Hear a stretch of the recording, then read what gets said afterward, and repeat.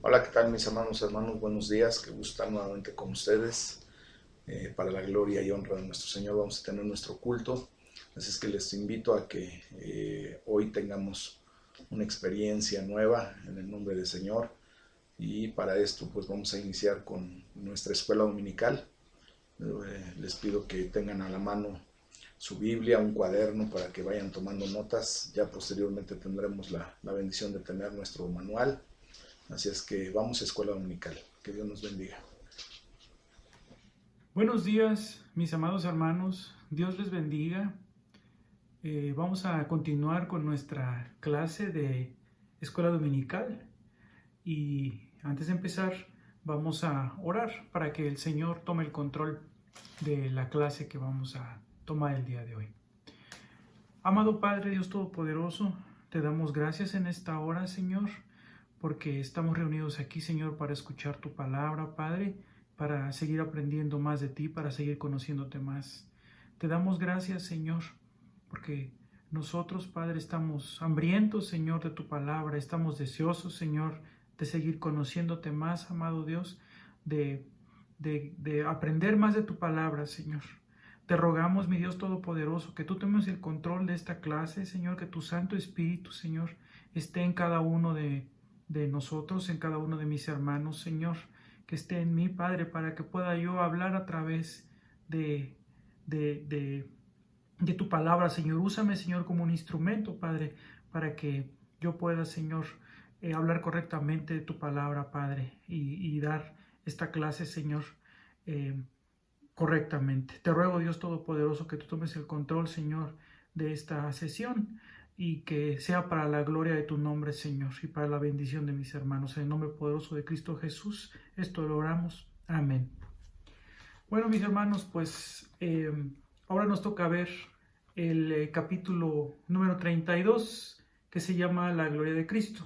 Solamente para recordar un poquito lo que se vio en la clase anterior, estuvimos hablando acerca del bautismo de Jesús y bueno, pues hablamos de todo lo referente al bautismo, que era un bautismo de preparación, que Juan predicaba acerca del bautismo y del arrepentimiento, que a los eh, fariseos no les gustaba nada de esto cuando lo escuchaban. Y bueno, también hablamos de que Jesús, aún sin ser pecador, él se bautizó para cumplir con la ley, para ser como nosotros, para hacerse semejante más a nosotros, con la diferencia, como ya lo hemos comentado, de que él nunca pecó. Bueno, eso fue lo que vimos anteriormente. Y también que a partir de su bautismo, bueno, pues fue donde comenzó su ministerio prácticamente. Bueno, entonces el día de hoy nos toca ver eh, el siguiente capítulo, que es el 32, y este se llama La Gloria de Cristo. Entonces, cuando nosotros pensamos acerca de la gloria, pensamos acerca de algo que alguien ha alcanzado. Por ejemplo, un atleta que ha obtenido muchas victorias, que ha obtenido muchas medallas de oro, pues él tiene gloria en el deporte que practica. También cuando se ha alcanzado algún acuerdo de negocios que se ha hecho, que se ha ganado mucho dinero, bueno, pues también la persona que lo hizo, pues también adquiere fama, adquiere honor, adquiere gloria también. También la gloria personal es para las personas que, pues bueno, tienen poder, tienen dinero, tienen diferentes formas de hacer cosas. Entonces ellos también, bueno, eso es referente a la gloria personal. En el caso de la Biblia, sin embargo, esto tiene que ver más con la luz radiante que proviene de la majestad trascendente de Dios. En el Antiguo Testamento hay muchos versos en donde se habla acerca de la gloria de Dios. En el Éxodo podemos ver ejemplos de la gloria de Dios manifestándose delante de Moisés, delante del pueblo de Israel. Uno de los ejemplos que viene ahorita a mi memoria es cuando Moisés subió al monte Sinaí para recibir la ley de Dios. Ahí se manifestó la gloria de Dios delante de él. Incluso también cuando se le presentó la primera vez Dios en la zarza ardiente, cuando le dijo que se quitara el calzado que se quitara sus sandalias porque el suelo que estaba pisando era un suelo santo. Entonces, ahí son otros ejemplos de la manifestación de la gloria de Dios. También en el caso de la deidad de Jesucristo, hay muchos momentos en donde su gloria se ve reflejada a través del Nuevo Testamento. Encontramos muchas narraciones en donde se ve la gloria de Jesucristo reflejada a través del manto de su humanidad.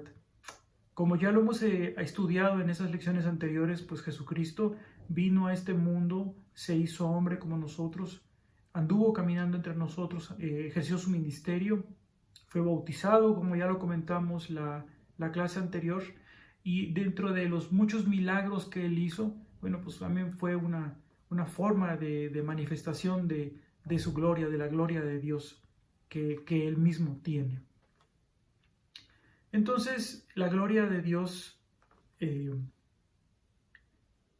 viene a ser mucho más evidente en una parte del Nuevo Testamento que se conoce como la transfiguración. Y eso lo tenemos, ahorita les digo en qué verso está.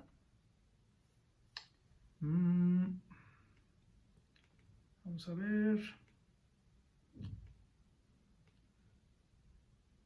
Bueno, en el libro de Mateo, en el capítulo 17, en los versos del 1 al 9, ahí es donde podemos encontrar y podemos leer acerca de la transfiguración de Jesús. Los otros evangelistas también lo mencionan, pero en este caso, bueno, el autor del libro que estamos estudiando, Charles Spurgeon, él fue el que escogió este verso para estudiarlo en este tema, en esta parte que estamos viendo. Lo voy a leer. Dice el Evangelio de Mateo, capítulo 17, versos del 1 al 9. 6 días después, Jesús tomó a Pedro, a Jacobo y a Juan, su hermano, y los llevó aparte a un monte alto, y se transfiguró delante de ellos, y resplandeció su rostro como el sol, y sus vestidos se hicieron blancos como la luz. Y he aquí, le aparecieron Moisés y Elías hablando con él. Entonces Pedro dijo a Jesús: Señor, bueno, es para nosotros que estemos aquí. Si quieres, hagamos aquí 3 enramadas, una para ti, otra para Moisés y otra para Elías. Mientras él aún hablaba, una nube de luz lo cubrió, y he aquí una voz desde la nube que decía: Este es mi Hijo amado, en quien tengo complacencia, a él oíd. Al oír esto, los discípulos se postraron sobre sus rostros y tuvieron gran temor. Entonces Jesús se acercó, los tocó y les dijo: Levantaos, no temáis. Y alzando ellos los ojos, a nadie vieron sino a Jesús solo. Cuando descendieron del monte, Jesús les mandó diciendo: No digáis a nadie la visión hasta que el Hijo del Hombre resucite de los muertos. Eso es lo que nos dice entonces el Evangelio de Mateo en el capítulo 17, versos del 1 al 9, referente a la transfiguración. Entonces, la palabra transfiguración proviene de la palabra griega metamorphomai, de la cual viene la palabra que nosotros conocemos como metamorfosis. Esta palabra metamorfosis denota un cambio en la forma. Por ejemplo, la transformación que ocurre cuando una oruga se convierte en una mariposa.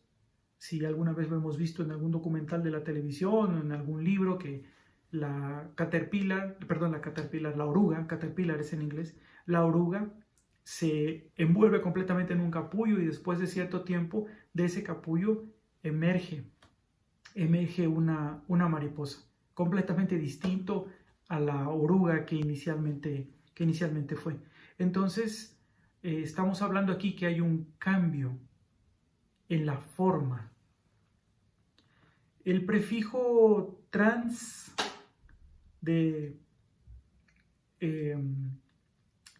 prefijo trans, referente a la palabra transformación, quiere decir literalmente atravesar. En la transfiguración, entonces, que ya leímos ahorita en el Evangelio de Mateo, hay un límite o una barrera que es atravesado. Y podría llamarse que se atraviesa, o podemos decir que se atraviesa una línea entre lo natural y lo supernatural. Porque de acuerdo con lo que ya leímos, Jesús todo completamente se transformó. Hubo una luz que emitía. Vamos a leerlo de nuevo. El verso 2 dice: y se transformó delante de ellos, y resplandeció su rostro como el sol, y sus vestidos se hicieron blancos como la luz. Entonces estamos viendo que de él, de Jesús mismo, provenía una luz brillante. Su rostro también estaba resplandeciente.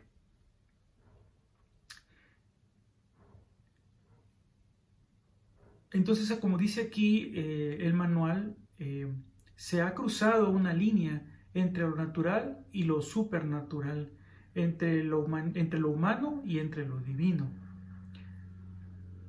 Al cruzarse esa barrera de dimensiones, se está entrando al reino de Dios. Aquí me gustaría rápidamente ver en un diccionario bíblico, yo encontré acerca del término gloria en la Biblia. Dice aquí que la palabra hebrea traducida así es kabot. Significa el peso y por lo tanto el valor de algo, como cuando decimos que la palabra de alguien tiene peso. La gloria de Dios es el valor de Dios, la presencia de Dios en la plenitud de sus atributos en algún lugar o por todas partes. Y aquí pone en este diccionario ejemplos en el Éxodo, como ya les mencionaba, capítulo 16, verso 10, Éxodo 29, 43, Éxodo 33, 19, en Isaías, capítulo 6, versículo 3. También dice aquí que la presencia moradora de Dios se definió más tarde como el Shekinah. Las referencias del Nuevo Testamento a la gloria Shekinah aparecen en Juan 1.14, en Romanos 9.4. Se ve la gloria como algo tanto físico como espiritual, dice ese diccionario bíblico referente al término gloria, como se aprecia en Lucas capítulo 2, verso 9, y la gloria del Señor los rodeó de resplandor. Y en Juan 17.22, donde se refiere a la gloria del Padre que Jesús les dio a sus discípulos. En cuanto a los santos, la gloria culmina en cambiar sus cuerpos en la semejanza de su Señor glorificado. Eso está en Filipenses capítulo 3, verso 21, para quien lo quiera ver. Entonces, de acuerdo con este diccionario, la gloria de Dios es el valor de Dios, es la presencia de Dios en la plenitud de sus atributos en algún lugar, por todas partes. Y bueno, como ya lo hemos estudiado, al estar hablando de Jesús, estamos hablando de Dios mismo, de Dios hecho hombre. Entonces, eso que los apóstoles vieron, en esto que nos narra Mateo, pues es prácticamente la presencia de Dios ahí, delante de sus apóstoles. Estaban ellos tres ahí, los apóstoles que fueron con Jesús a ese lugar en donde se transfiguró. Ahí ocurrió esa transfiguración, ahí se manifestó la presencia de Dios de esa manera, de esa forma en la que Mateo relata lo que vio y ve cómo brilla el cuerpo de Jesús, cómo su cara también se vuelve así resplandeciente. Entonces Jesús, al ser Dios mismo hecho hombre, bueno, pues él obviamente también tiene la gloria de Dios, proviene de él, ¿sí? Entonces, en el Antiguo Testamento tenemos una parte referente a cuando Moisés regresó del monte Sinaí, cuando su cara también estaba toda resplandeciente. Hay una similitud entre esos dos tipos de manifestación. No son iguales, pero tienen algo de similitud.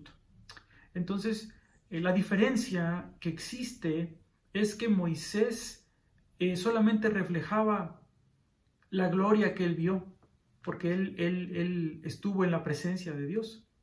Él solamente reflejaba eso que él vio. En cambio, Jesucristo, Él no está reflejando nada. La gloria, la luz, el reflejo proviene de Él mismo, porque Él es Dios hecho hombre. Entonces, Él es la fuente de luz, Él es la fuente donde ese brillo proviene, ese resplandecer, esa gloria, esa presencia de Dios proviene de Él mismo. Él no está reflejando nada. Entonces, la diferencia que encontramos entre lo que ocurrió con Moisés cuando él subió al monte Sinaí y regresó con los 10 mandamientos, y con lo que está sucediendo con Jesús en esta parte que el Evangelio de Mateo nos narra como la transfiguración. Entonces, la transfiguración decimos que es parecido a lo que los cristianos van a experimentar en la Nueva Jerusalén.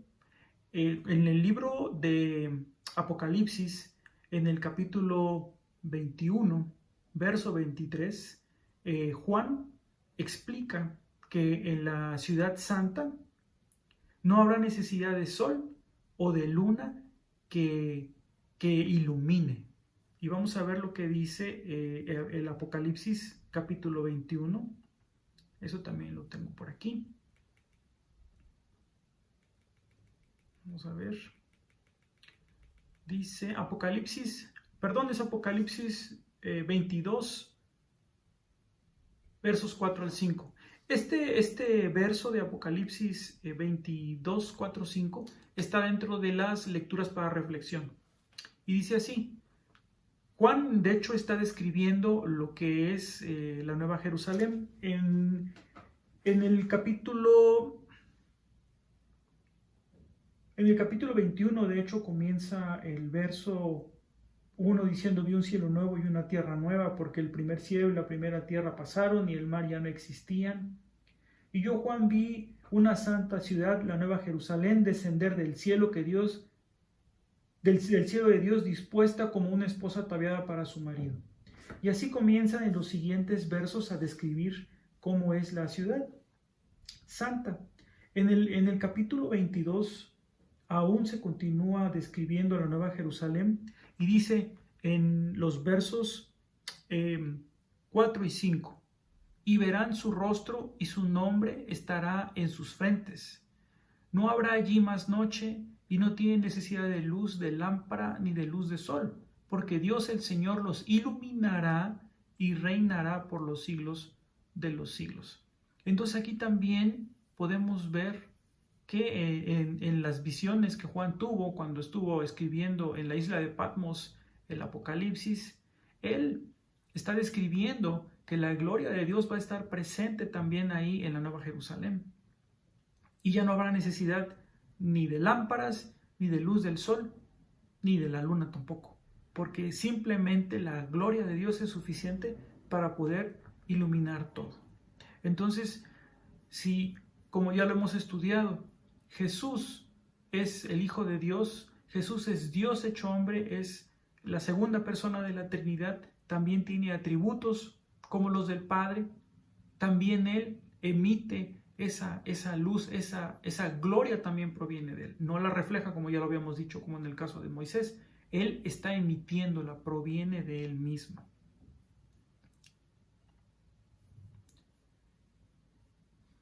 Entonces, la gloria de Jesús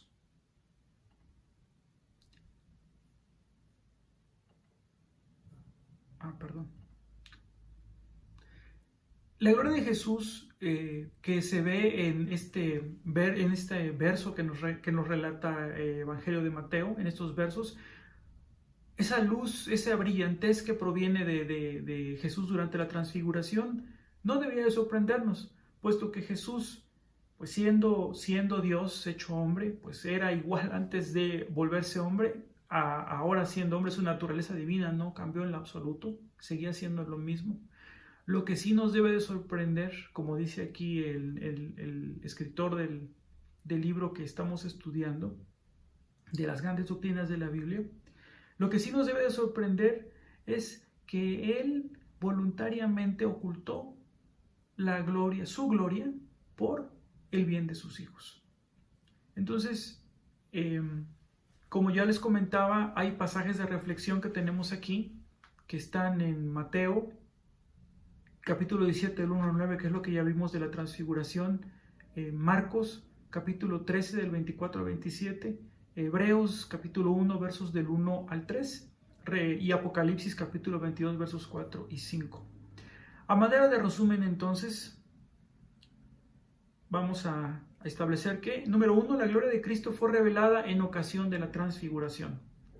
Número 2, la transfiguración de Cristo fue un cambio de forma, el paso de lo natural a lo sobrenatural. Y número 3, la gloria de Cristo no es simplemente el reflejo de la gloria de Dios, sino que es la propia gloria de Dios mismo.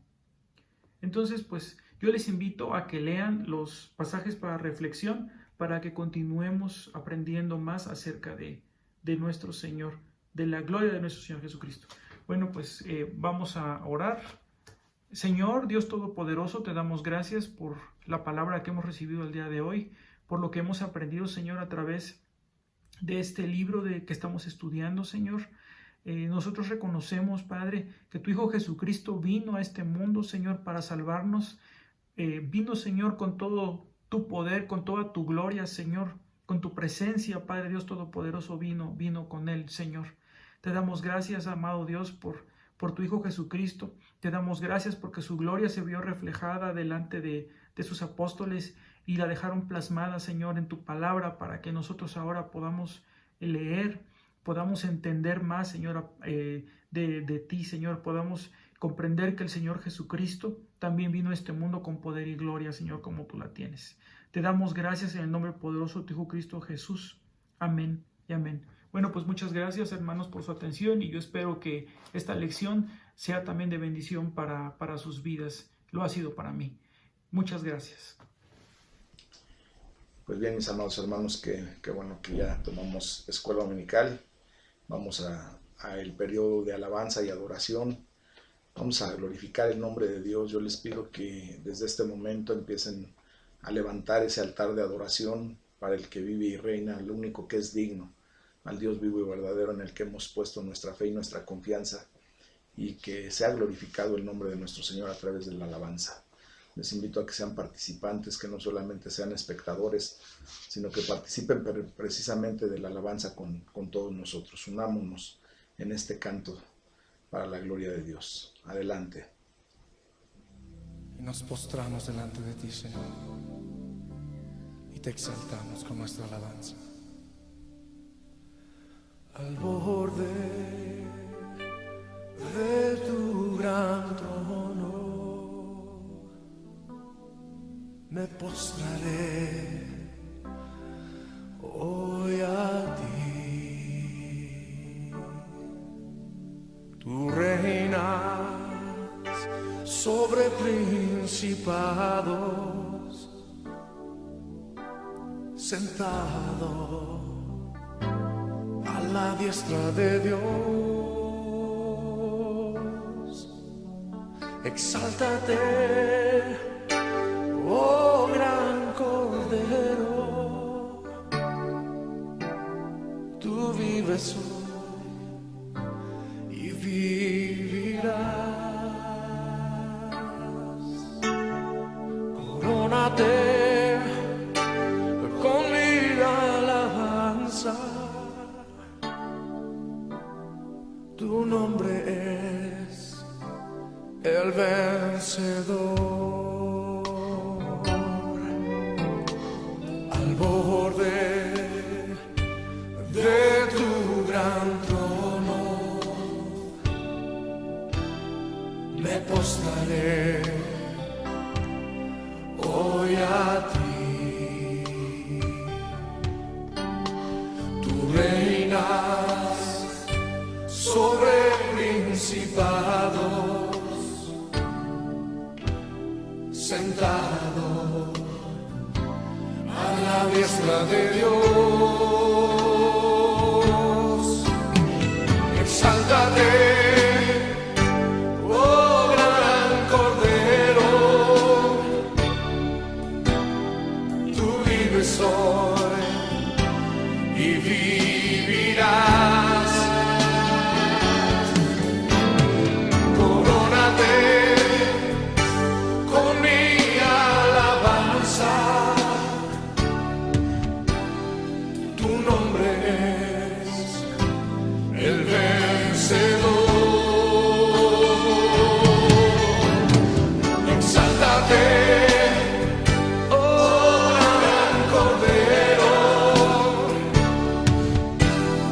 tú vives hoy y vivirás.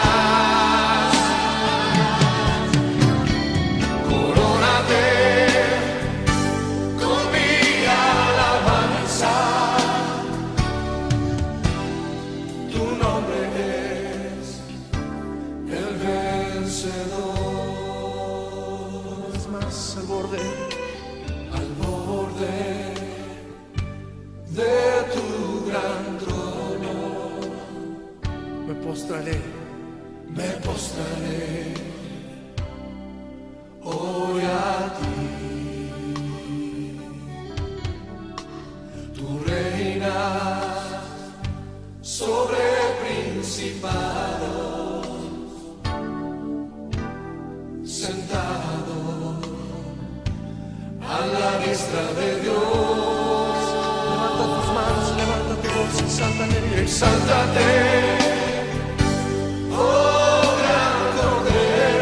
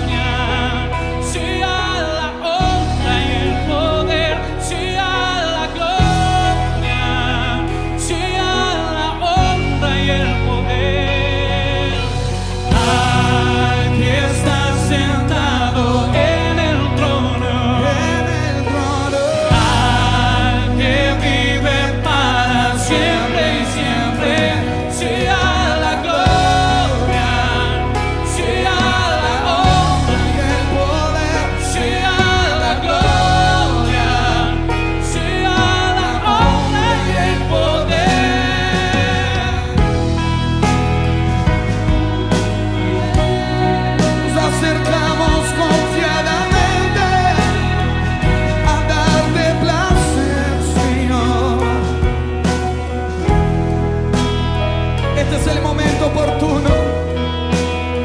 Conocer más. Quiero conocerte cada día más a ti, estar en tu presencia y adorar. Decimos, revélanos tu gloria esta noche.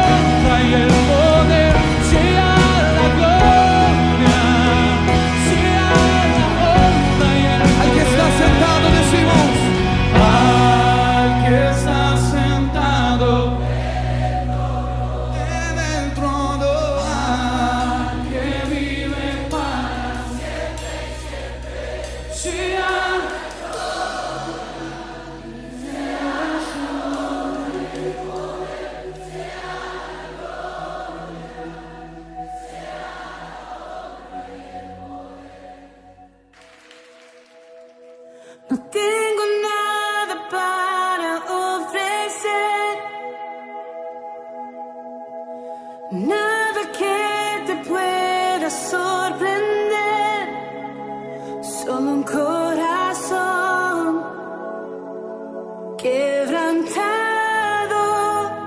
una y otra vez.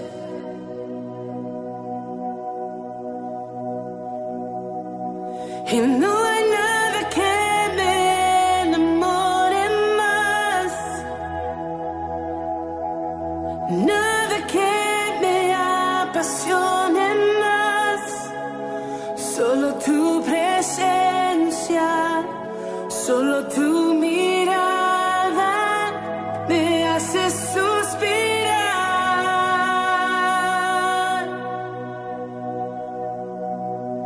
Me inclino ante ti,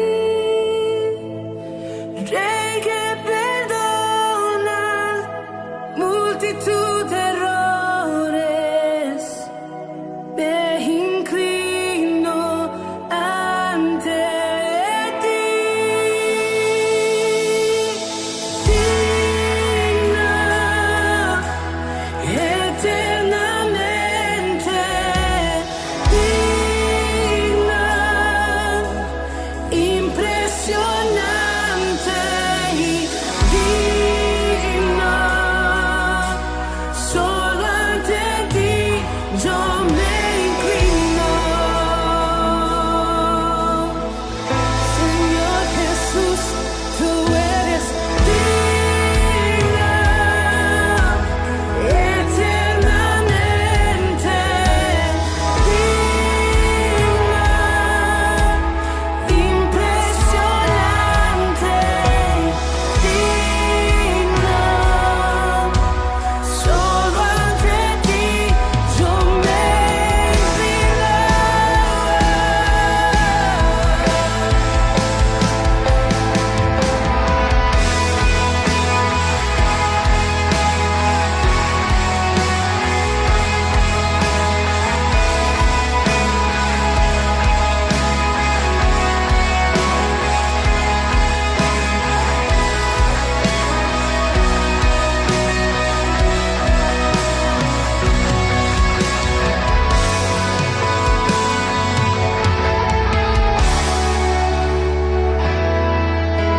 No tengo nada para ofrecer, nada que te pueda sorprender, solo un corazón quebrantado una y otra vez.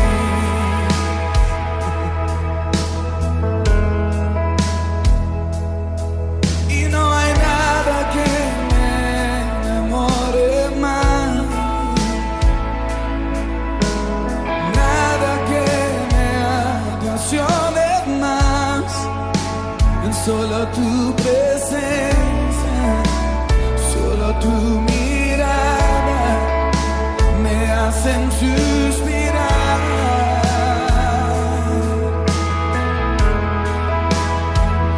Me inclino ante ti, Rey que perdona multitud de errores. Me inclino ante ti.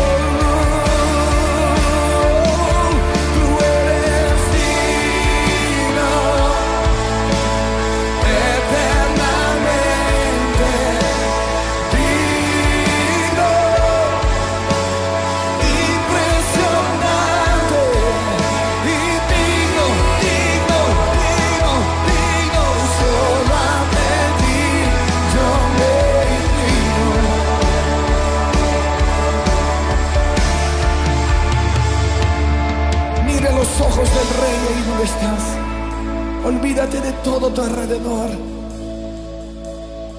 y mira los ojos del Rey, el único que perdona multitud de pecados. Su misericordia se está renovando aquí. Nos rendimos y decimos: me inclino ante ti, Rey que perdona multitud de errores. Me inclino ante ti.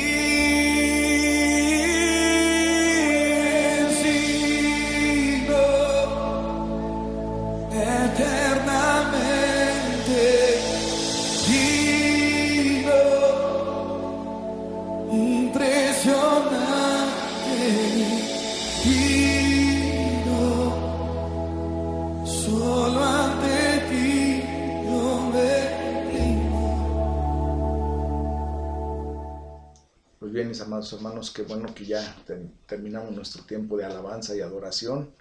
Pues vamos a iniciar con nuestra predicación del día de hoy, y no sin antes pues hacer nuestra declaración semanal acerca de la palabra de Dios en la promesa que Dios nos tiene en el libro de Josué, capítulo 1, versículos 5, 7, 8 y 9. Y vamos a hacer nuestra declaración como cada semana lo hacemos. Levanta su palabra de Dios, levante su espada de la fe y vamos a declararlo a título personal. Nadie me podrá hacer frente en mi vida. Como estuvo Dios con Moisés, estará conmigo, no me dejará ni me desamparará. Solamente debo esforzarme y ser muy valiente para cuidar de hacer conforme a toda la ley que el siervo Moisés me mandó. No me apartaré de ella ni a derecha ni a izquierda, para que sea prosperado en todas las cosas que emprenda. Nunca se apartará de mi boca este libro de la ley, sino que de día y de noche meditaré en él, para que guarde y haga conforme a todo lo que en él está escrito, porque entonces Dios hará prosperar mi camino y todo me saldrá bien. Vea que el Señor me manda que me esfuerce y sea valiente. No temeré ni desmayaré, porque Jehová mi Dios estará conmigo en donde quiera que vaya. Amén. Qué dicha tenemos de poder declarar esta palabra, porque cuando la hacemos nuestra, hermanos, es una bendición el poder reconocer la gloria de Dios a través de su bendita palabra, en sus promesas, sabiendo que Él es fiel y siempre va a cumplir con todo lo que nos ha prometido. Así es que pues vamos el día de hoy a levantar una corona reconociendo que Jesucristo es el Señor de esta casa. Él es el Rey de Reyes, el Señor de Señores, y nosotros depositamos esta corona delante de los pies de Cristo al hacerlo el Señor de esta casa. En el nombre de Jesús, así lo declaramos. Y también pues vamos a levantar el día de hoy un estandarte acerca de el Shaddai, el Dios Todopoderoso, el que se levanta para guerrear nuestras guerras, para pelear por nosotros. Y ese Dios Todopoderoso es el que viene a nuestras vidas mostrándose con poder y autoridad. Así es que levantamos ese estandarte, levántelo en el nombre de Jesús, en su familia, en su hogar, y declare al Shaddai en su vida, en el nombre de Jesús. Y pues bueno, mis hermanos, vamos a tomar este espacio para hablar acerca de un tema muy interesante que hemos leído en el transcurrir de estos días. Estamos leyendo Apocalipsis y pues vamos a tomar de Apocalipsis.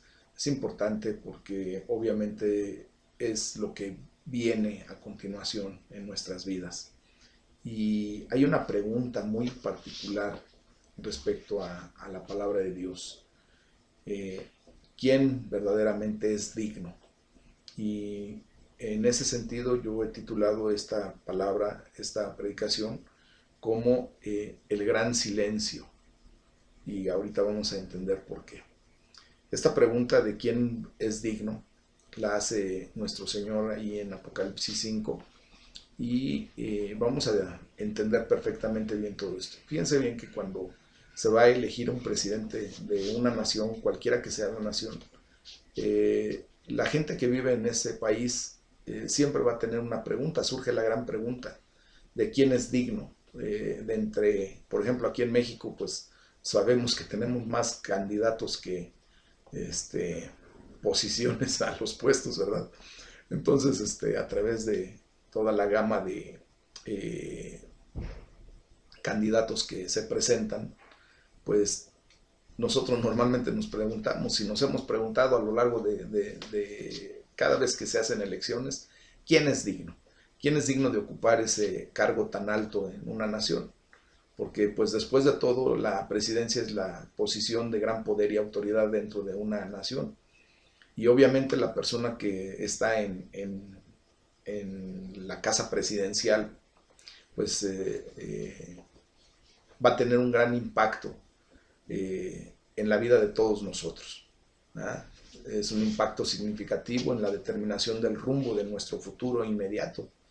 Nos damos cuenta de que cuando un presidente se levanta, pues empieza a meter pues sus ideas, empieza a traer su gabinete, empieza a poner la doctrina que reza en su partido político. Y entonces nosotros pues tenemos la gran pregunta de quién es digno de ese gran honor y de esta gran responsabilidad, porque obviamente no solamente es el hecho de ser llamado y de darle una autoridad, sino también es delegada para esa persona una gran responsabilidad, porque tiene en las manos la vida de un país. El futuro inmediato de un país está en las manos de esa gente. Y la respuesta seguramente que pudiéramos dar tú y yo es que tal vez no encontramos a nadie digno. Y eso es verdad, porque les encontramos mucha cola que pisarles a cada uno de los que se erigen como candidatos a la presidencia. Pero quiero decirles, hermanos, que hay una empresa mucho más grande que la de dirigir a un país. Y esta es la empresa de nuestro Señor Jesucristo, la empresa de ver cómo se va a dirigir el mundo venidero. Porque obviamente nosotros estamos entendidos de que nuestra ciudadanía verdaderamente ya no es la ciudadanía aquí en el mundo, la ciudadanía mexicana, sino que ahora tú y yo somos ciudadanos del reino de los cielos. Y por lo tanto, hay una pregunta también ahí, ¿verdad? Que ¿quién es digno de presidir propiamente esa gran empresa para el mundo venidero, para los tiempos que vienen a continuación? Entonces, esa es la pregunta que hay que responder. ¿Quién es digno? Fíjense que los tiempos de hoy, de la actualidad, de lo que estamos viviendo, no difieren mucho de los tiempos de la iglesia del primer siglo. Allá después de que cuando nuestro Señor Jesucristo asciende a los cielos y se formaliza la iglesia de Jesucristo después de la venida del Espíritu Santo en el día de Pentecostés. Esa iglesia, si mal no recordamos, estuvo sometida a persecución por los judíos y por los gentiles, ¿verdad? Que en este caso era el Imperio Romano el que estaba prevaleciendo en ese tiempo en autoridad. Y en este tipo de situación, hermanos, en aquel tiempo y ahora propiamente, pues todos nosotros como hijos de Dios, como cristianos, nos preguntamos, ¿qué sucederá con nuestro mundo? ¿Qué nos pasará a nosotros y a nuestros hijos en este mundo? ¿Acaso nuestro Señor todavía está a cargo de todo esto? ¿O simplemente el enemigo ha ganado territorio y ha ganado de alguna manera la situación? Pues verdaderamente aquí es donde recobra una gran importancia el capítulo 5 del libro de Apocalipsis, porque tiene una vigencia actual en este momento y tiene una gran importancia, hermanos. Nosotros debemos de notar que en ese capítulo 5, en el libro de Apocalipsis, vemos como el apóstol Juan, ¿verdad?, pues no está en la tierra propiamente. Él fue traspasado, fue arrebatado propiamente y llevado a los cielos para ver una perspectiva diferente. Él ya no está viendo la perspectiva humana ni desde el punto de vista en el que tú y yo podríamos estar viendo actualmente la situación. Entonces, él tiene una nueva visión desde donde ve las cosas propiamente desde la perspectiva de Dios, desde la perspectiva del cielo. Dios le muestra perfectamente bien la condición, porque es lo que nosotros tenemos que aprender a vivir. Recordemos que Juan ya está viejo en esos tiempos, en la isla de Patmos, ¿verdad? Estaba encerrado y ya era un hombre anciano. Entonces, él pues estaba viendo las cosas desde su perspectiva, pero Dios le cambia la visión de las cosas al llevarlo a esos cielos, desde donde, ¿verdad? Le dice Dios que transmita, que escriba todo lo que está viendo y que la dé a conocer. Y esto resulta en el libro de Apocalipsis. Entonces, nosotros vamos a leer ahorita del capítulo 5, los primeros 4 versículos, y los vamos a ir desglosando, hermanos. Dice la palabra de Dios: y vi en la mano derecha del que estaba sentado en el trono un libro escrito por dentro y por fuera, sellado con 7 sellos. Y vi a un ángel fuerte que pregonaba a gran voz: ¿quién es digno de abrir el libro y desatar sus sellos? Y ninguno, ni en el cielo, ni en la tierra, ni debajo de la tierra, podía abrir el libro, ni aun mirarlo. Versículo 4. Y lloraba yo mucho, porque no se había hallado a ninguno digno de abrir el libro, ni de leerlo, ni de mirarlo. Vamos a desglosar esto, hermanos. Piense bien que aquí nos muestra cómo Dios está en completo control del futuro, de todas las cosas, desde siempre y para siempre. Un rollo en la mano derecha del que está sentado y sellado, como lo dice el versículo 1, ¿verdad? Quiero decirles que aquí nos muestra que no hay en toda la palabra de Dios una manera mejor de representar la soberanía de Dios sobre la historia, que a través de este pergamino, de este libro, ¿verdad? Está escrito y sellado y nos puede dar. No hay una mejor representación de la soberanía de Dios a lo largo de la Biblia. El destino final de la humanidad, hermanos, quiero decirles que no está en manos de Satanás, no está en manos de las condiciones o circunstancias que estamos viviendo, sino verdaderamente está en la mano derecha del que está sentado en el trono. Y es allí donde el destino final está para todos los hombres. Es allí a donde nuestro destino como humanidad ya está sellado, ya está en la mano derecha del Señor.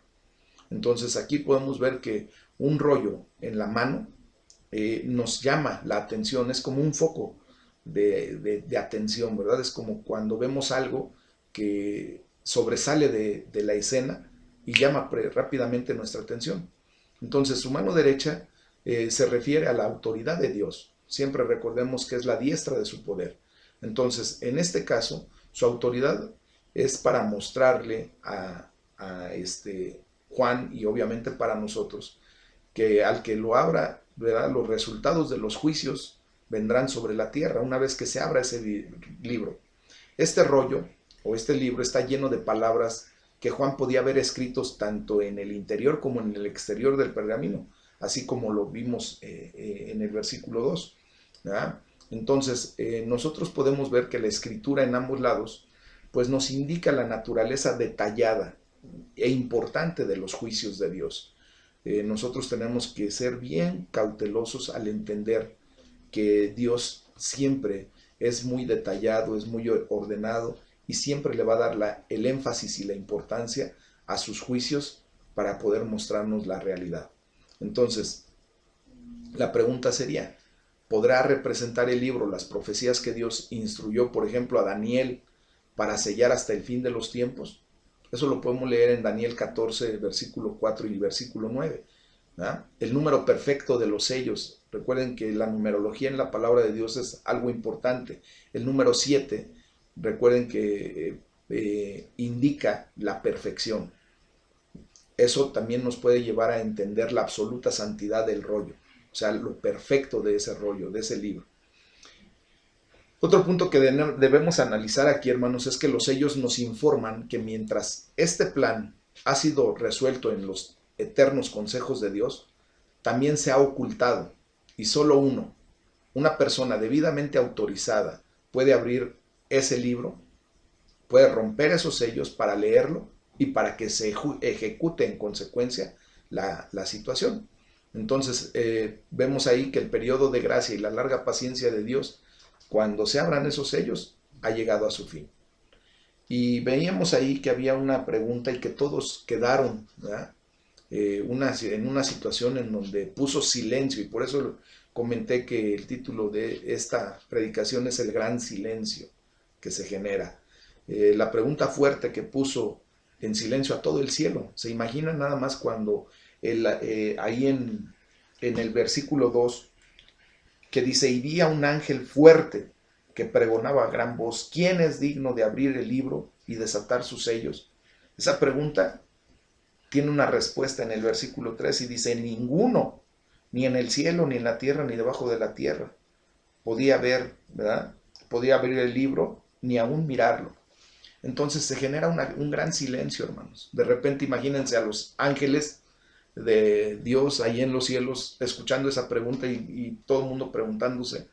De repente nadie sabe contestar, porque la pregunta es de los 74,000, ¿no? ¿Quién es digno de abrir el libro y romper sus sellos? ¿Quién dio el anuncio? ¿Por qué no hubo respuesta? Pues simplemente aquí podemos ver cómo Juan entendió que si los propósitos de Dios fracasan, entonces toda la vida carecería de sentido. Si nadie puede abrir el rollo, pues ninguno de los propósitos de Dios vendrá a pasar, no podría existir. Y la triste verdad es que sin Cristo habría solamente llanto, así como lo experimentó Juan en ese momento. Entonces tiene que haber alguien que pueda. ¿Y quién es ese alguien? Vamos a leerlo en el versículo 5, 6 y 7 de Apocalipsis 5. Vamos a continuar nuestra lectura. Dice, y uno de los ancianos me dijo, no llores, le está diciendo a Juan, porque él sintió tristeza al ver que nadie podía abrir esos libros. Dice, no llores, he aquí que el león de la tribu de Judá, la raíz de David, ha vencido para abrir el libro y desatar sus 7 sellos. Gloria a Dios, ¿verdad? Dice, y miré, y vi que en medio del trono y de los 4 seres vivientes y en medio de los ancianos estaba en pie un cordero como inmolado. Dice que tenía 7 cuernos y 7 ojos, los cuales son los 7 espíritus de Dios enviados por toda la tierra. Y vino y tomó el libro de la mano derecha del que estaba sentado en el trono. Fíjense bien cómo es que Jesucristo llevará a cabo los propósitos finales de Dios aquí en la tierra.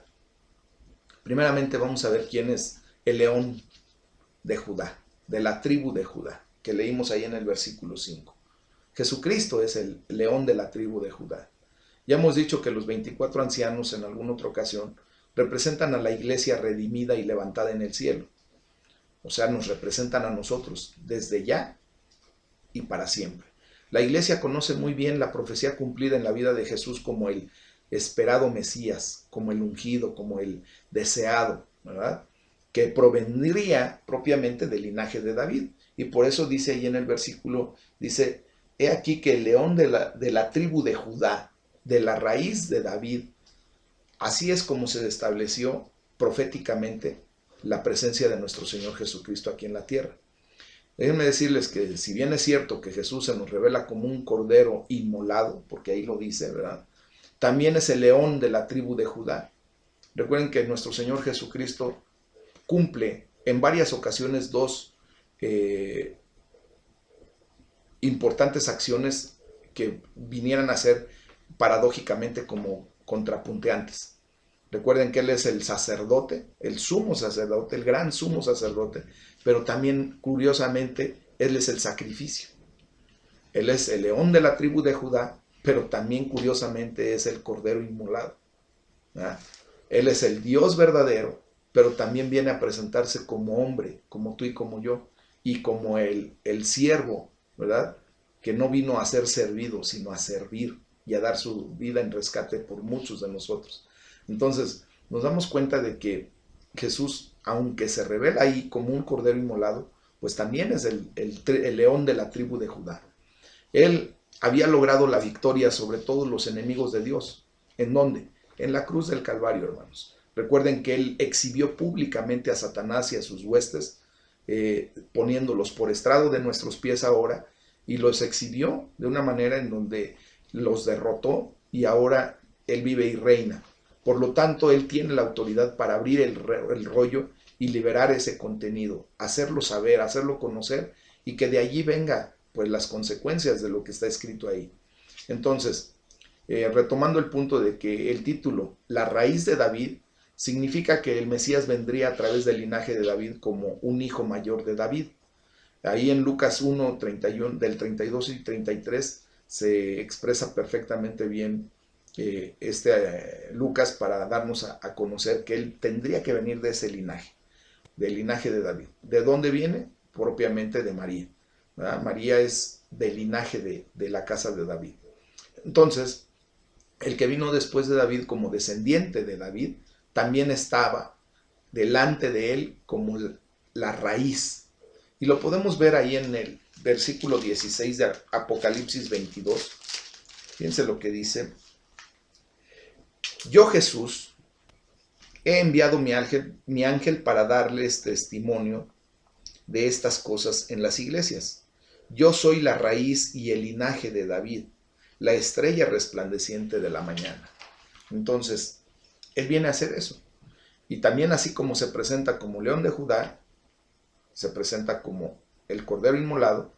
Recuerden cuando el rey David en una de sus oraciones dice, dijo mi Señor al Señor, reconoce que Dios, que Jesucristo mismo, que él vendría aún de su raíz, de su linaje, era su Señor, ¿verdad? Entonces, en ese sentido, como último ungido de Dios, nuestro Señor Jesucristo, Él es el único que posee la autoridad necesaria para esta tarea, ya que Él venció a Satanás, como les digo, venció al pecado, venció a la muerte, para que Jesucristo pudiera implementar los propósitos de Dios para el futuro que este rollo revela. Y solamente Cristo puede llevar a cabo los propósitos finales de Dios aquí en la tierra. También tenemos que visualizar que un cordero está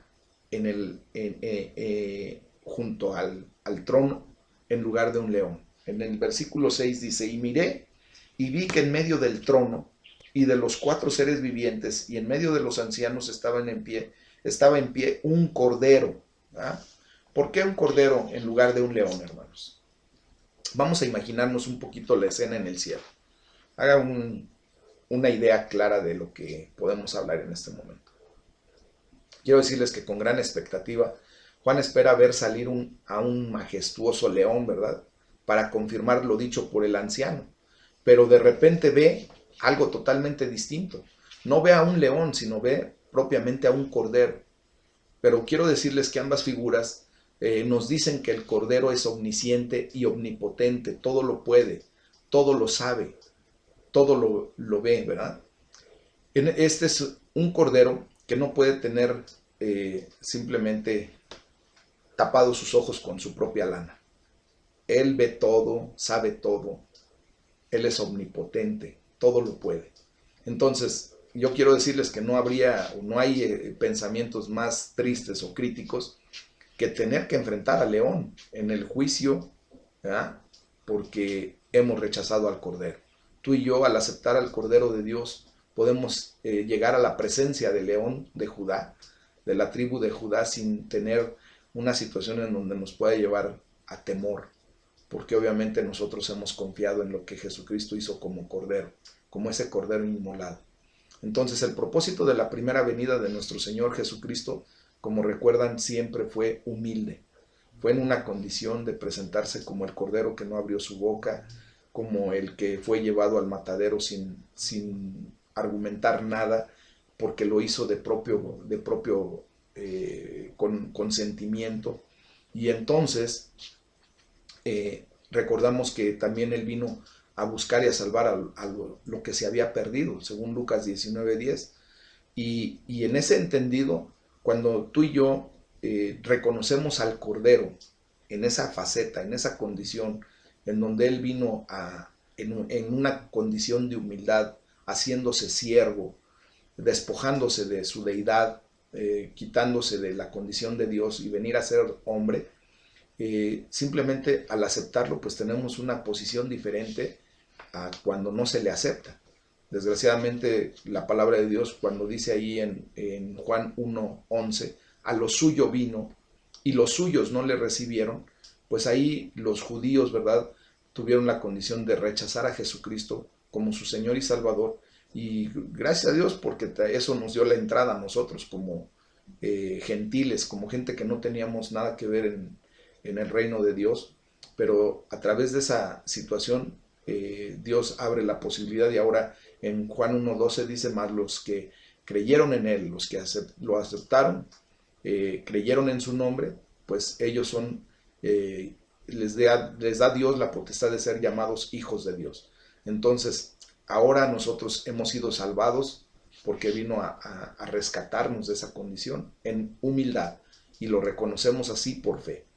Ahora, el propósito de la segunda venida de Jesucristo, pues es completamente diferente, hermanos, ¿verdad? Él va a venir a tratar con sus enemigos y a cumplir sus promesas de bendición a cada uno de nosotros, pero ya en una condición diferente. Ya no va a venir en la posición del cordero sumiso, del siervo, ya no va a venir a ser el cordero inmolado, sino que ahora en la segunda venida vendrá como el león de la tribu de Judá. Y entonces tú y yo no tenemos que rechazar la gracia de Dios, porque si no tendríamos que enfrentar a ese león, y entonces ahí es como digo, no hay pensamientos más tristes, más críticos o espantosos que tener que enfrentar al león en juicio por haber rechazado al cordero. Aceptemos a Jesucristo como el cordero primeramente, y vamos a ver qué bendición vamos a tener cuando el león de Judá se haga presente. Amén. Entonces, aquí va a llegar un momento, hermanos, en que todos los hombres vamos a tener que tratar con el león así de sencillo. Ya sea como aquel a quien hemos visto, ¿verdad? Y hemos trabajado y orado, o en su defecto, a aquel a quien hemos rechazado.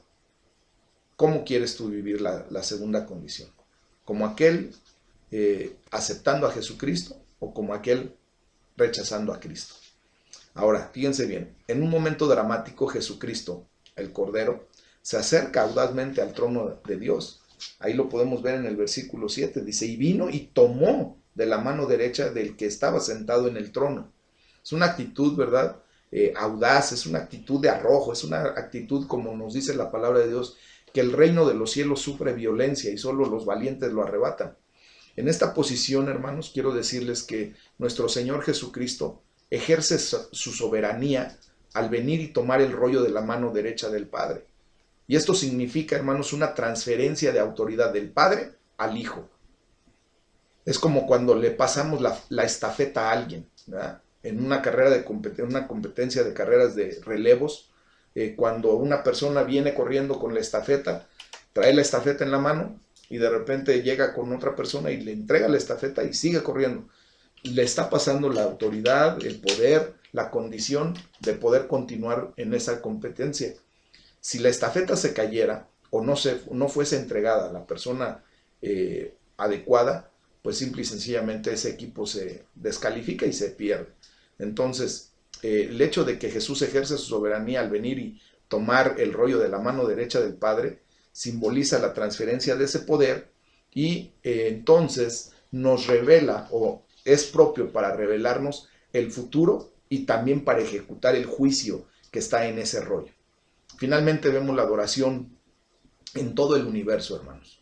Vamos a leer de los versículos del 13 y 14 de Apocalipsis 5, y dice la palabra de Dios: y a todo lo creado que está en el cielo y sobre la tierra y debajo de la tierra, y el mar y todas las cosas en ellos que en ellos hay, oí decir: al que está sentado en el trono y al Cordero, sea la alabanza, la honra, la gloria y el poder por los siglos de los siglos.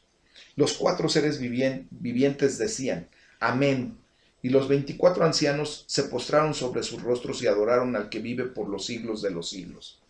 Hermanos, esto es algo glorioso, ¿verdad? Es algo glorioso que nosotros debemos aprender a ver, porque obviamente vamos a llegar al punto en donde finalmente veremos la adoración en todo el universo, en todos los confines del universo. Vendrá como una especie de ola, ¿verdad? Como cuando aquí en México 86 me parece que se crea la ola en los estadios para hacer la ola de fútbol, esa ola que se levantaban y hacían así, y eso se va a extender hacia toda la creación. Entonces tenemos que ver que todo lo terrenal, todo el universo, va a estar alabando al único que es digno de la gloria y la alabanza, al único que es digno de esa adoración, ¿verdad? Y vamos a ver del versículo 8 al 14 qué es lo que dice. Vamos a entender todo esto. Dice la palabra de Dios: y cuando hubo tomado el libro, ya vimos quién fue el que lo tomó, nuestro Señor Jesucristo, ¿verdad?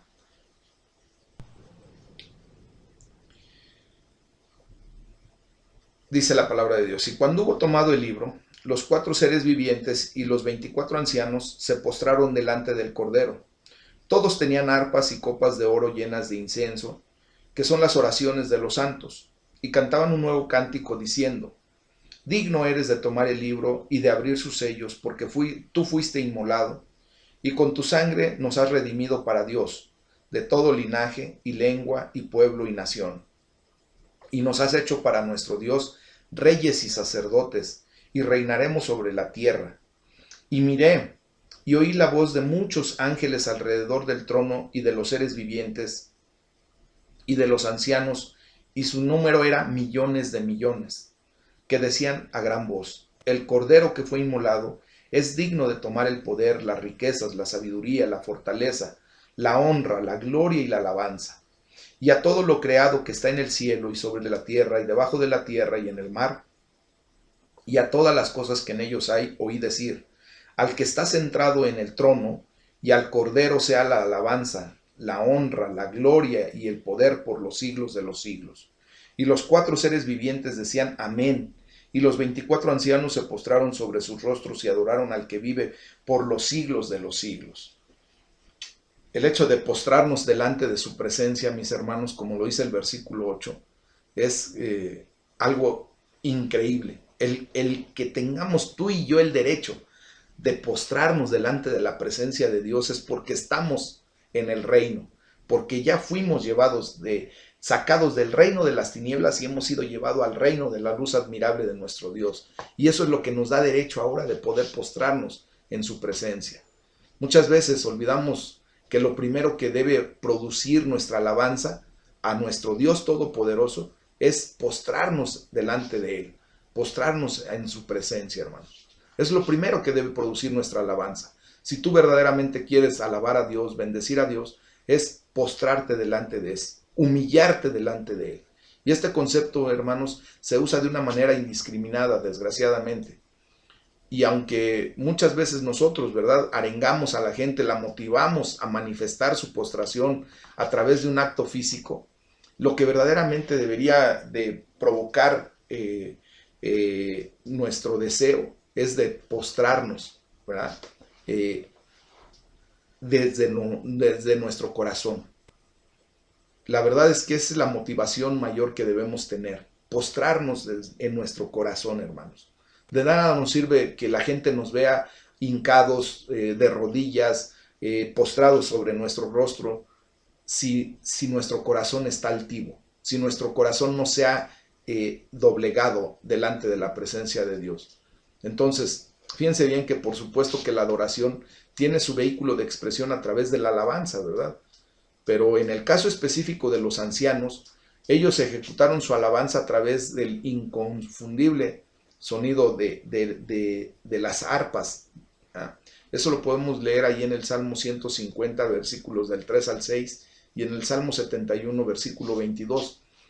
Ellos tocan sus arpas y es de la manera en que ejecutan su alabanza delante de Dios. Tú y yo, ¿verdad?, venimos a hacer oraciones específicas que son ofrecidas y la verdad es que nosotros debemos comprender que nosotros al orar, dice la palabra de Dios que nuestras oraciones suben como un incienso agradable delante de Dios.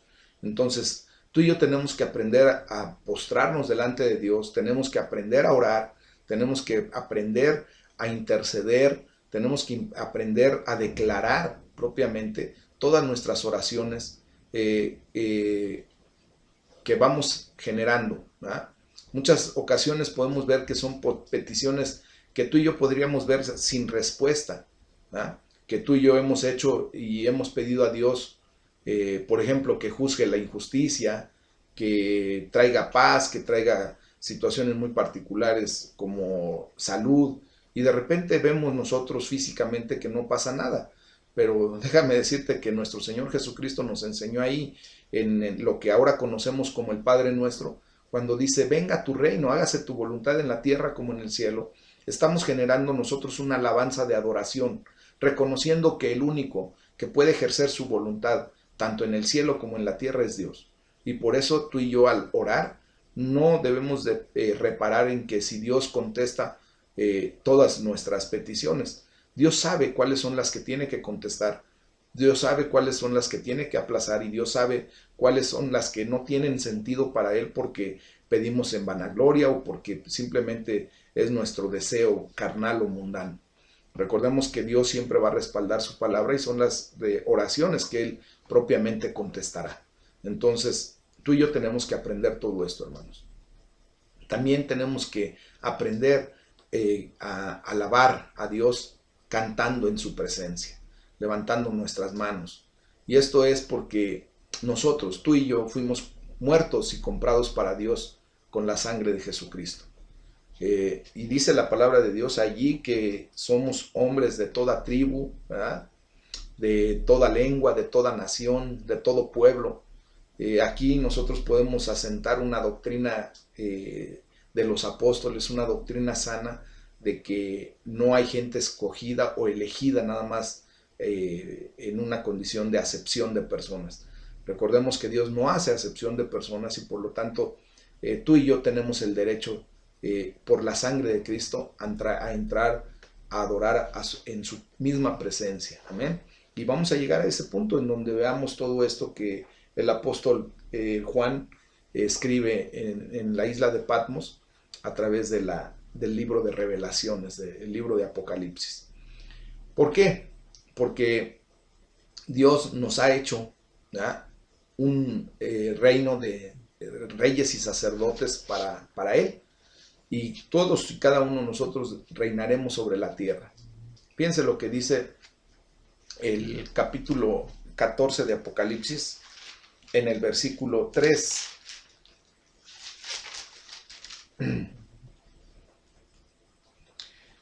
Aquí nos enseña que al nosotros empezar a comprender todo esto, ¿verdad?, y como resultado de la autoridad del Cordero de Dios para avanzar en el plan a través de los siglos, todos nosotros como criaturas vivientes y de los ancianos cantarán un cántico nuevo, y dice la palabra de Dios, y cantaban un cántico nuevo delante del trono y delante de los 4 seres vivientes y de los ancianos, y nadie podía aprender el cántico sino aquellos 144,000 que fueron redimidos de entre los de la tierra.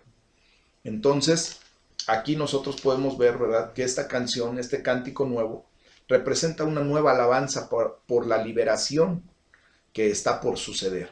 Tú y yo tenemos que empezar a cantar proféticamente, a través de nuestro canto, de nuestra adoración a Dios, empezar a profetizar lo que vendrá a continuación. Vendrá la liberación de todo esto, del pueblo de Dios, y en esta canción, el Cordero de Dios, Jesucristo mismo, debe recibir el honor como digno, ¿verdad?, en vista de la condición de lo que fue su muerte, obviamente su martirio, su muerte, su resurrección y su ascensión. La gloria sea para Dios, ¿verdad? Él es el único digno. Entonces, nosotros podemos cantar al Cordero por lo que ahora somos en Él, por esa nueva identidad que el Señor nos ha dado. La muerte de nuestro Señor Jesucristo no solo nos salvó como hombres, sino que también nos hizo reyes y sacerdotes para que participáramos en su reino. En la primera carta de Pedro, capítulo 2, versículo 5 y versículo 9, así nos nombra que ahora tú y yo somos reyes y sacerdotes delante de Dios. El sacerdocio, hermanos, implica el acceso inmediato a la presencia de Dios para la alabanza y adoración de Él. Y así también implica el privilegio del servicio sacerdotal. Recuerden que los sacerdotes, su función es de ofrecer un sacrificio delante de Dios, ¿verdad? Hacer el ritual de lavamiento, purificación, y todo eso es lo que tú y yo tenemos que aprender a hacer delante de Dios cuando levantamos ese altar de adoración, cuando les he dicho, hermanos, no se olviden de levantar su altar de adoración, porque es ahí a donde nosotros vamos a ofrecer sacrificio vivo delante de Dios. Romanos 12:1 así nos los dice, ¿verdad? Les ruego por las misericordias de Dios que se presenten como un sacrificio vivo, con un razonamiento, ¿verdad? Con un culto racional. ¿Para qué? Para alabar y bendecir el nombre de Dios. Entonces, este es el último fin del hombre. Este es nuestro objetivo final, adorar a Dios a través del servicio sacerdotal, a través de presentarnos como ese sacrificio vivo delante de Dios. Nosotros adoraremos a Dios cumpliendo las responsabilidades ordenadas de Dios en una nueva tierra, y será por toda una eternidad, en esa nueva Jerusalén en donde tú y yo vamos a estar. Entonces, el reconocimiento celestial debe ser al único que es digno. Leímos ahí en el versículo 11 y 12 de Apocalipsis 5, y lo voy a volver a repetir, dice: y miré y oí la voz de muchos ángeles alrededor del trono, y de los seres vivientes, y de los ancianos, y su número era millones de millones. Ahí entramos tú y yo, hermanos. Dice que decía a gran voz: el cordero que fue inmolado es digno de tomar el poder, las riquezas, la sabiduría, la fortaleza, la honra, la gloria y la alabanza. Entonces, imagínense, aquí nos está enseñando que todo mundo, ¿verdad? Todo el cielo allí, los que ya estemos presentes delante del trono, vamos a estar desatando una alabanza increíble, hermanos. Una alabanza que verdaderamente va a trascender por los siglos de los siglos, por una eternidad. Entonces, fíjense bien que hay una palabra que es el número mayor en griego, que se llama miriada. Es una palabra, ¿verdad? O una frase que literalmente significa 10,000 veces 10,000. Y aquí significa miles, o sea, sin número, una multitud incontable. Esa es la palabra que se utilizó allí, una miriada de personas. Así que hay millones de millones multiplicados, derramando sobre los miles de millones, ¿verdad?, de fieles ya contados de todos nosotros. Y este asombroso número, hermanos, excede los límites del lenguaje humano, de la capacidad de razonar de nuestra capacidad de comprensión. ¿Por qué? Porque obviamente nuestro Señor Jesucristo vino por miles de millones de personas. No nada más vino por un pequeño atado, sino que verdaderamente vino por muchos. Entonces, miles de millones están en ese gran coro celestial, hermanos, en el cielo que nos está presentando el apóstol Juan en esa visión, ¿verdad? Y están adorando precisamente en el cielo al más amado, al muy amado Cristo Jesús, al único, al Cordero, al Mesías, al ungido, al esperado, ¿verdad?, al amado propiamente. Y estas características de las cuales nuestro Señor solamente es digno, Él y solamente Él, son poder, riqueza, sabiduría, fortaleza, como lo leímos ahí, honra, honor, gloria, bendición. Y déjenme decirles que pues nosotros nada más vamos a ir a respaldar lo que ya existía, lo que ya poseía Él en el cielo. Antes de venir a la tierra por primera vez, Él poseía todas estas cosas, hermanos. Esas eran sus prerrogativas. Esa era su poder, su gloria, su riqueza, su sabiduría. Todo eso ya lo poseía. Y fíjense qué tanto Dios nos ama, que se despojó de todo eso. Qué tanto Jesucristo nos amó desde el principio de los tiempos, que Él tomó la decisión de despojarse de todo eso. Dejar todo eso para venir a nuestro rescate. Y ahora tú y yo tenemos la gran bendición de devolverle a través de nuestra alabanza, pues lo que es de Él, simplemente reconociendo que a Él es el único que le pertenece, Él es el único digno del poder, la riqueza, la sabiduría, la gloria, la fortaleza, ¿verdad?, el honor, todo eso. Solamente venimos como a refrendar esa condición. ¿Es necesario que tú y yo lo refrendemos para que Él tenga esa posición? No. Pero qué grato es cuando tú y yo reconocemos esa verdad. Y entonces podemos decirle a Dios: tú eres digno, Señor. Solo tú eres digno, Padre, de recibir la gloria y la alabanza. Y recíbela porque solo tú eres digno. Entonces, fíjense bien que, por lo tanto, hermanos, el canto de alabanza que los ángeles estaban cantando y que también esa gente que está viendo, entre esa gente estamos tú y yo, que está viendo el apóstol Juan, ¿verdad? Implica que es digno él de romper los sellos y abrir el rollo. O sea, al momento de romper los sellos, él puede abrir el rollo. Y podemos entender en esta canción que es el poder terrenal, el poder celestial, es la riqueza, es la sabiduría, todo lo que nosotros podemos decir en donde es digno solamente nuestro Señor Jesucristo de recibir. Honor, gloria, poder, bendición, que solo le pertenecen a Cristo Jesús. Entonces, fíjense bien, ¿por qué todo esto, hermanos? Porque hay una gran verdad. Nosotros debemos reconocer, quiero hacer una pequeña anécdota. Imagínense que un niño en algún momento capturó a 2 pequeños pajaritos y los metió en una jaula. Un hombre, una persona vio ese acto y vio al muchacho que llevaba esa jaula y le preguntó que qué iba a hacer con esos pájaros. Dice, oh señor, respondió el muchacho, yo voy a jugar con ellos un rato, me voy a divertir con ellos, los voy a hacer que hagan lo que yo quiero.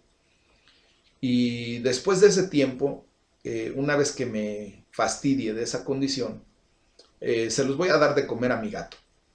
El hombre dice, caray, espérame, ¿no? El hombre propiamente mira a los 2 pájaros enjaulados y pues se compadece de ellos. No solamente van a estar como títeres, ¿verdad? Para este muchacho, no solamente los va a utilizar para burlarse de ellos, para jugar con ellos, para hacerlos hacer lo que él quería, sino que después se los iba a dar de comer al gato, ¿no? Entonces le dice el Señor, oye, mejor te los compro, dime cuánto quieres. Y este muchacho agarra y le dice, bueno, pues, le pone un precio, dame tanto.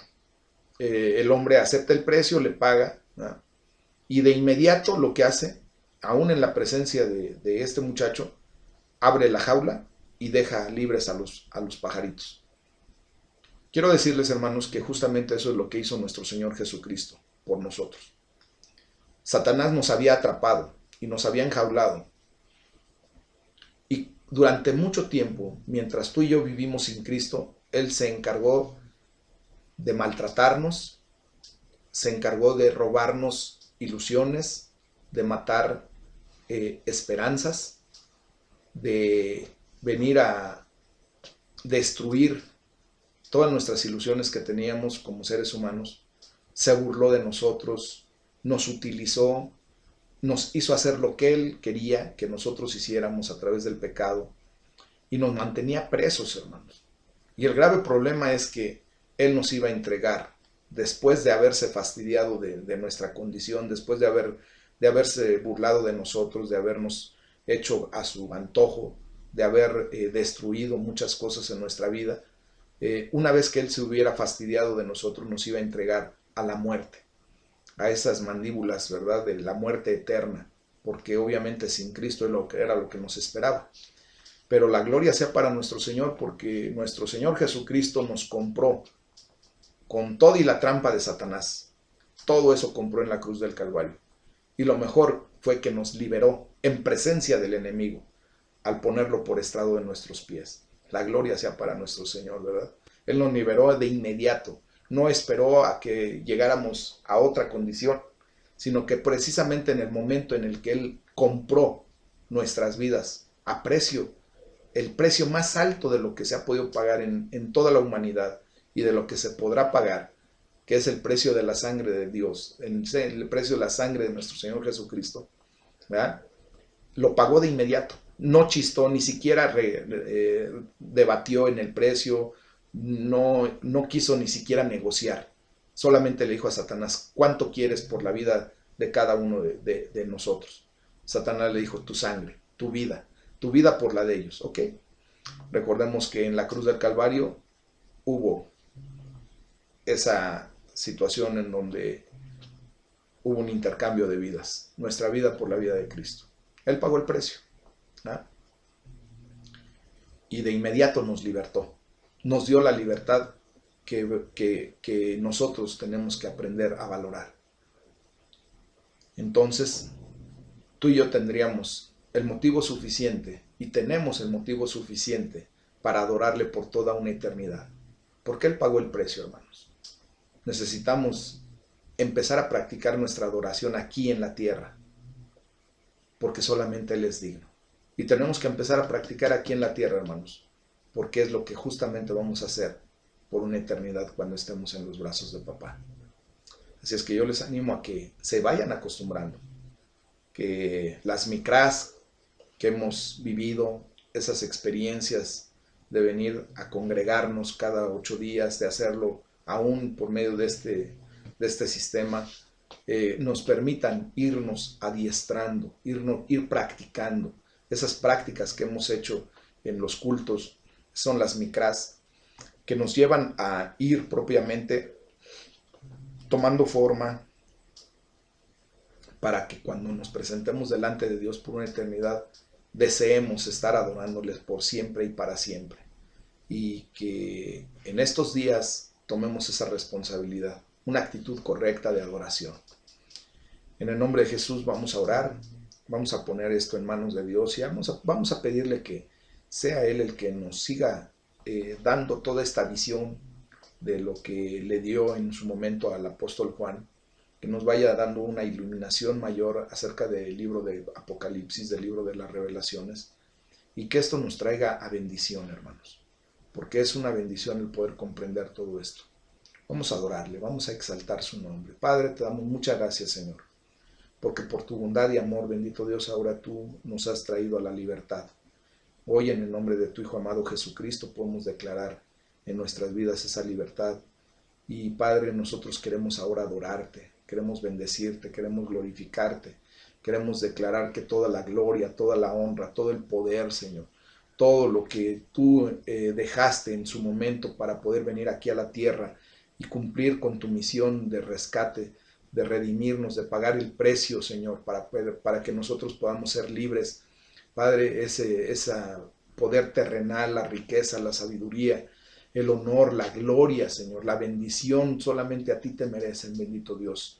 Nosotros lo declaramos y nosotros queremos levantar cánticos de adoración, un cántico nuevo, Señor. Ayúdanos, bendito Dios, a través de tu Espíritu Santo. Danos palabras, Señor, de profecía, Señor. Danos la bendición, bendito Rey, de poder exaltar tu nombre, Señor, con ese cántico nuevo, en una condición en donde nosotros reconozcamos, Padre, que no debemos quedarnos callados ante esa pregunta de quién es digno. Ahora tú y yo sabemos, hermano, y declaramos delante de Dios que solamente nuestro Señor Jesucristo es digno. Él es el único verdaderamente digno. Pero ahora, Padre, te damos gracias porque a través de esos méritos que nuestro Señor Jesucristo ganó en la cruz del Calvario, Señor, ahora tú nos miras dignos a nosotros también. Nos has dado esa dignidad que Cristo ganó en la cruz, Señor. Nos has visto ahora ya, Señor, como un pueblo, Señor, una nación de reyes y sacerdotes, Señor, que podemos venir delante de tu presencia a levantar un altar de adoración, Señor, y ofrecer un sacrificio vivo, Señor, un cántico nuevo, Señor, elevando nuestras oraciones, sabiendo que desde el altar de adoración, Señor, suben a ti como un olor grato, Señor, como un incienso que te agrada, bendito Dios. Gracias porque nos das la oportunidad, Señor, de poder levantar nuestra voz, de poder presentarnos delante de ti, Señor, de, Padre, estar delante de tu presencia, porque tú has abierto el trono de tu gracia, Señor, ese lugar santísimo, Señor, en donde ahora tenemos acceso con seguridad y confianza para externarte nuestro agradecimiento, nuestra adoración, para poder levantar nuestra voz, Señor, y adorarte como solamente tú lo mereces, porque solo tú eres digno, Señor. Pero también nos da la oportunidad, Señor, de presentar delante de ti nuestras necesidades, nuestros pensamientos, nuestras angustias, nuestra problemática del día a día, Señor. Y más gracias, Señor, porque en ese lugar, en ese punto, en ese lugar santísimo, Señor, tú nos das la guianza divina para salir adelante de todo esto, Señor. Tú nos das la esperanza, bendito Dios, de poder tener una luz al final del camino, Señor, porque en ti está puesta toda nuestra confianza, nuestra fe, nuestra esperanza está en ti, Señor. En el nombre poderoso de Jesús, Señor, a ti damos la gloria, la honra, porque solamente tú eres digno de merecerla. Y todo el pueblo de Dios decimos amén, amén y amén. También, Padre, queremos orar por las ofrendas, los diezmos, las primicias y todas las ofrendas especiales, la ofrenda de misiones, Señor. Padre, que seas tú en la vida de mis hermanos, dándoles esas semillas, Señor, para que ellos aprendan a sembrar correctamente en tu reino, Señor. Nosotros declaramos que mis hermanos han sido, Señor, obedientes de guardar todos esos diezmos, esas ofrendas, y que la próxima semana, el domingo 2 de agosto, Señor, puedan traer esas ofrendas a tu alfolí, Señor, y que puedan ser utilizadas para la extensión de tu reino, Señor.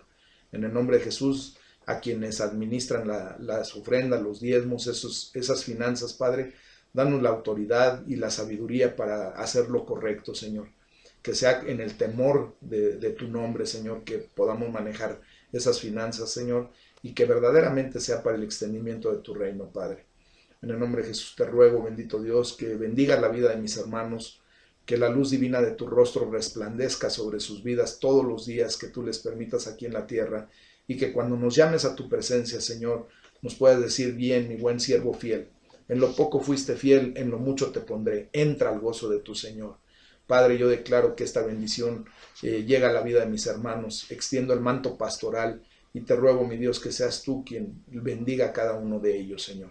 En el nombre de Jesús pedimos por toda la gente que ha recibido la palabra, Señor, en estos tiempos, bendito Rey, que los traigas a tu familia, Señor, que los traigas a tu iglesia, que añadas a cada uno de ellos, Señor, que tuvimos la experiencia y la oportunidad de hablarles de tu palabra, y que en estos tiempos de angustia, Señor, ellos tuvieron a bien empezar a inclinar su rostro delante de ti, Señor.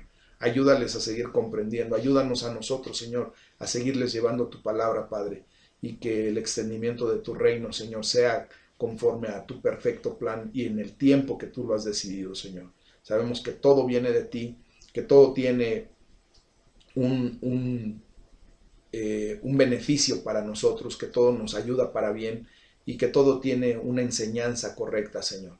Nosotros lo declaramos y te damos la gloria y la honra, Señor, en el nombre poderoso de nuestro Señor Jesucristo. Amén y amén. Pues bien, mis amados hermanos, quedamos despedidos. Los esperamos el día domingo 2 de agosto. Vamos a tener la precaución de atender a las autoridades. Quienes, por favor, les voy a pedir que, por favor, quienes tengan niños, tendrán que hacerse responsables del cuidado de sus hijos, mantenerlos en la sana distancia.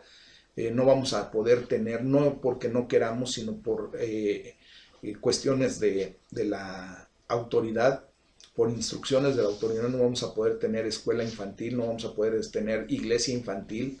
Los niños tienen que quedarse obligadamente con los padres. Les pido de su comprensión. Saben que en el amor que tenemos por nuestros niños quisiéramos que siguieran en sus actividades normales. No es posible ahorita. Les pido por favor a los adultos mayores que vengan con una responsabilidad plena de atender a las recomendaciones. Si usted todavía se siente en una condición de vulnerabilidad en donde usted pueda exponerse mucho, le voy a pedir por favor en amor que preferible se quede en casa.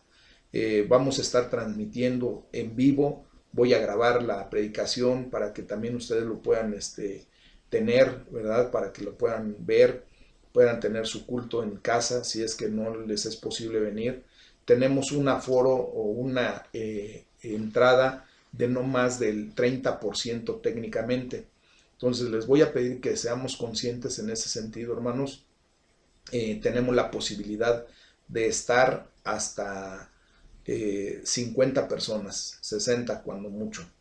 Más o menos es lo que vendría a ser el número de personas que nos estamos congregando. Si dejamos un poquito a las personas que están en sentido de vulnerabilidad, personas con hipertensión, por favor, tengan la consideración. Cada uno tenemos que ser responsables. La autoridad no nos está limitando en edades, pero sí nos está limitando en condiciones. Quien esté padeciendo de alguna enfermedad crónica que no esté controlado, por favor absténgase. No es porque no queramos que usted venga, sino por atención. Si vienen autoridades y checan que hay gente que no debería de estar por una condición de esa naturaleza, nos podrían cerrar la iglesia. Si tiene usted alguna duda respecto a su condición, yo le voy a pedir que por favor se comunique conmigo. Tenga usted esa condición y yo le daré la instrucción personal para que de esa manera podamos hacer de esto algo correcto. Atendamos a nuestras autoridades. Les amo en el Señor, que tengan un excelente día, Dios les bendiga, les guarde y que esta semana sea una semana productiva, llena de bendiciones y mucho amor. Que tengan una excelente semana, Dios les bendiga. Hasta luego.